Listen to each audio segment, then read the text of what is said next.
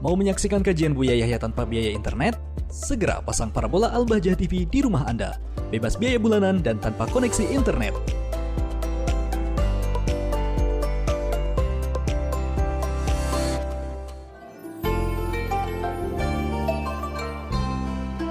Kemudian pertanyaan selanjutnya Buya. Assalamualaikum warahmatullahi wabarakatuh Buya. Assalamualaikum. Semoga Allah jaga selalu Buya dan keluarga serta segenap santri dan semoga dimudahkan segala program dakwahnya, amin ya rabbal alamin. Buya, beredar kabar baru-baru ini bahwa Menteri Agama akan mengafirmasi hak beragama kepada Syiah dan Ahmadiyah di negara kita Indonesia. Jika memang benar demikian, bagaimana menurut Buya? Terima kasih Buya. Yang pertama, tentang kebenaran sebuah berita. Jika benar, tentu akan dipermasalahkan. Dan sepertinya itu sudah diklarifikasi, maka kita pun harus jujur. Kalau sudah diklarifikasi, jangan dibawa-bawa kepada permasalahan. Orang itu harus adil. Memang semula mengungkapkan kalimat yang seperti itu. Apakah itu atau seperti itu? Seperti itu, kemudian ada yang menanyakan, klarifikasi. Ternyata kata beliaunya bahwasanya bukan itu maksudnya. Maksudnya adalah ingin menjaga hak warga Indonesia ini di hadapan hukum Indonesia ini. Bukan urusan membahas tentang kesesatan kelompok tertentu. Bukan, ini hanya bicara tentang hak mereka di depan hukum. Kalau memang seperti itu ya tidak perlu dipermasalahkan. Bahkan ditambah lagi, maksudnya beliau akan memfasilitasi jika ada sekelompok yang memang dipermasalahkan, maka akan difasilitasi. Lah, ini fasilitasi ini apa sih maksudnya? Mungkin diskusi dijelaskan. Lah, ini baik hal yang demikian ini. Maka kalau memang betul, ya tentunya dipanggil dari orang-orang yang memang ahlinya. Bukan asal orang diajak diskusi, ternyata diskusi yang nggak benar, maka jadi masalah juga. Dan kami khusnudun kepada siapapun, semoga memang diskusi itu penting. Dari kelompok-kelompok yang selama ini seperti Ahmadiyah, Syiah dan sebagainya, harus didudukkan satu diskusi yang jelas, didatangkan dari mayoritas kaum ahli sunnati wal jamaati. Ya, tentunya yang punya keahlian, punya ilmu, bukan hanya sekedar orang mengaku ahli sunnah wal jamaah. Ulama-ulama yang telah terbukti punya pendidikan panjang dan juga punya kiprah dan juga punya ilmu, kemudian mendiskusikan, tentunya diskusi dengan adil, bukan berangkat dari kebencian. Ini akan ketemu judulnya nanti. Nah, baik, sampai di sini. Kemudian ini harus fasilitasi dan banyak nanti yang siap membantu tuh banyak. Orang yang yakin akan kebenaran ahli sunnati wal jamaah ini akan siap untuk menjelaskan tentang kelompok-kelompok tersebut. Tentunya di saat menjelaskan bukan katanya, kita bisa langsung merujuk kembali kepada kitab mereka. Tentunya dengan sederhana pandangan mereka kepada kita ahli sunnah wal jamaah dan seterusnya. Jadi seperti itu. Maka tolong, ini media kadang-kadang memanfaatkan sebuah ungkapan, apalagi menteri dan sebagainya, akhirnya menambah keruh. Selagi sudah diklarifikasi, kemudian beliau menjelaskan, ya sudah, selesai. Hanya ini pesan kami untuk siapapun, kepada Pak Menteri atau siapapun, bahwasanya yang harus diyakini bahwasanya Indonesia ini mayoritas kaum muslimin di Indonesia adalah ahli sunnati wal jamaati yang sudah terbukti dengan kelembutannya, keindahannya. Nah, ini yang harus kita yakini. Kemudian di saat kita itu mengatakan ada kelompok sesat, ini harus dipahami oleh siapapun, termasuk agama-agama lain, termasuk kelompok-kelompok yang dianggap sesat itu. Kalau kaum ahli sunnati wal jamaati itu mengatakan bahwasanya kelompok ini adalah sesat atau bahkan dikatakan keluar dari Islam, itu bukan serta-merta dibantai, tidak. Ini untuk memberitahu bahwasanya mereka itu adalah saudara kita yang lagi kecebur. Maka kita informasikan itu sesat, kelompok itu sesat, bahkan itu kelompok keluar dari Islam, yuk kita ajak kembali. Itu makanya tadi yang dimaksud Pak Menteri tadi bisa saja maknanya semacam ini seharusnya. Fasilitasi, jelaskan Agar mereka kecebur, ngerti kamu itu kecebur. Jangan malah direkomendasi dengan keceburannya tadi, dengan kesesatannya. Maka kami khusnudzon Pak Menteri paham hal ini. Dan seharusnya paham.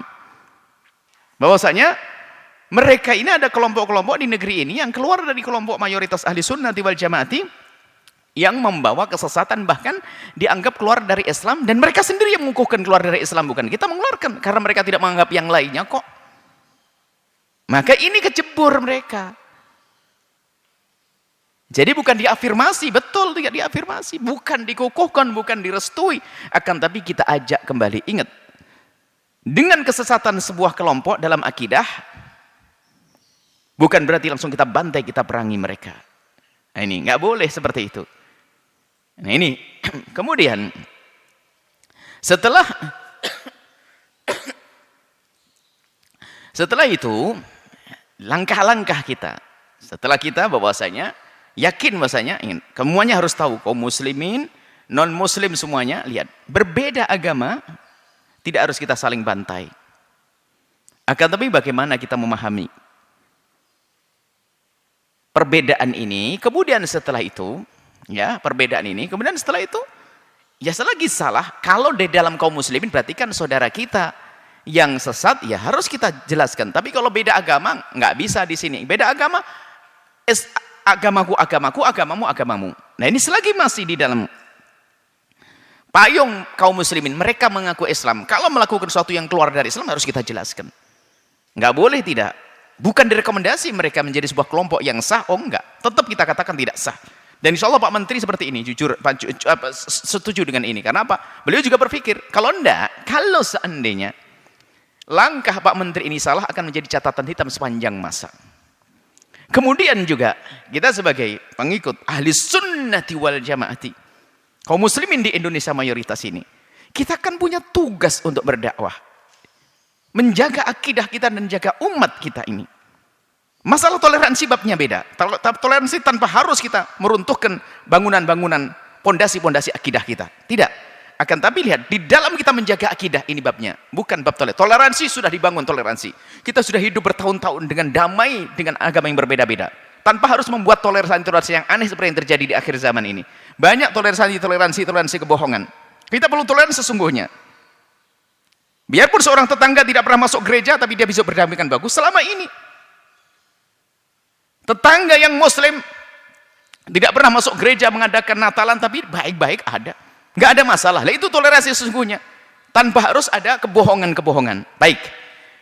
Kemudian, di dalam kita beriman dan berakidah, ini yang harus kita pahami juga, bahwa di dalam berakidah kita harus punya upaya memperjuangkan dan menjaga akidah kita. Nah, siapapun Anda, waktu Anda jadi presiden, kepentingan politik harus menjadi nomor 2. Kepentingan pertama adalah agama. Dan agama tidak bertentangan dengan politik jika politik itu benar. Apakah Anda jadi menteri?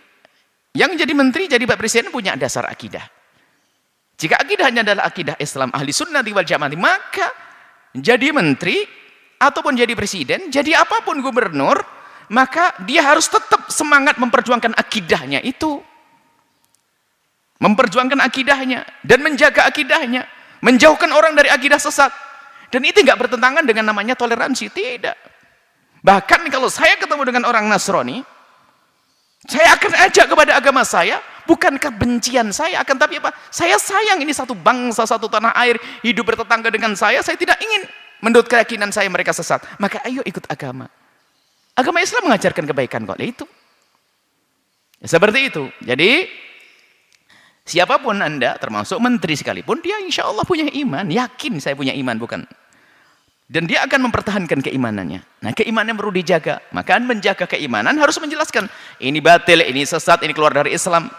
Kemudian setelah itu apa? Kita perlakukan mereka sebagai bangsa. Di depan hukum, iya harus kita lindungi. Artinya tidak boleh serta kita penggal lehernya, kita enggak. Kita ajak diskusi, kita buka, kita tarik kembali kepada ajaran yang benar. Seperti itu. Jadi kami himbau kepada siapapun agar tidak gampang terprovokasi dengan berita-berita, ya. Insya Allah urusan Pak Menteri Agama sesuai dengan yang kami dengar, kenyataannya wallahu alam. Pertama mendengar beliau akan menafirmasi, kemudian sudah klarifikasi, selesai. Kemudian setelah itu juga Allah memfasilitasi kesempatan emas buat kita untuk mengajak mereka kepada kebaikan. Kemudian setelah itu kami ajak semuanya bersemangat untuk menjaga akidah dan keimanan. Kemudian ada satu sederhana, jangan sampai ini kita itu bersemangat membela kaum minoritas tapi menyakiti kaum mayoritas. Ini adalah kebodohan yang sesungguhnya. Bagaimana keadilan? Keadilan adalah melindungi siapapun, mayoritas atau minoritas. Sehingga ada gerakan-gerakan sok menjadi pahlawan, tapi pahlawan kesiangan. Membela kaum minoritas, tapi dengan menyakiti kaum mayoritas. Ini bencana namanya. Menjaga kaum mayoritas, menjaga kaum lemah, zalim dengan kaum kaya. Dalam Islam nggak boleh. Nggak wajib zakat, jangan katakan zakat kepada orang kaya. Zakat tidak boleh diterima kecuali orang yang berhak. Jelas. Contohnya dalam zakat nih. Maka kaum minoritas jika dia harus dibantu, wajib dibantu. Kaum mayoritas harus dibantu. Bukan gara-gara minoritas sudah salah, tetap saja dibantu. Oh tidak begitu, nggak adil namanya. Jadi seperti itu, dan kami mohon kepada media semuanya agar semuanya menjaga, menahan diri deh untuk memberitakan satu berita yang menjadikan sebab permusuhan, kebencian dan kedengkian. Subhanallah ya. Cuman kadang-kadang ada kita tuh memanfaatkan sebuah berita, di balik berita untuk ya namanya untuk mencari uang dan sebagainya. Subhanallah, Allah Maha tahu, dan semoga Allah menjaga kita semuanya, menjaga ulama-ulama kita semuanya. Pejabat-pejabat kita diberi hidayah, ulama kita dijaga oleh Allah semuanya, sehingga yang suka mengganggu negeri ini diberi hidayah. Kita tidak ingin satu orang pun terjerembab dalam kehinaan, tidak ingin kita. Semua ingin dapat hidayah, dan semua siapapun yang mendengar suara ini, jika selama ini membenci kepada kebenaran, maka semoga diberi hidayah untuk menerima kebenaran. Yang biasa membuat permasalahan, mengadu domba, semoga diberi kesadaran, diberi tobat sehingga menjadi juru damai. Kita tidak ingin siapapun yang mendengar suara ini lalu tambah panas hatinya, tambah bermusuhan. Tidak, kami ingin bahwasanya semuanya menjadi sejuk hatinya, menjadi juru damai, saling mencintai, tidak ada permusuhan, tidak ada dendam, tidak ada prasangka buruk di negeri yang damai ini insyaallah. Wallahu a'lam bishawab.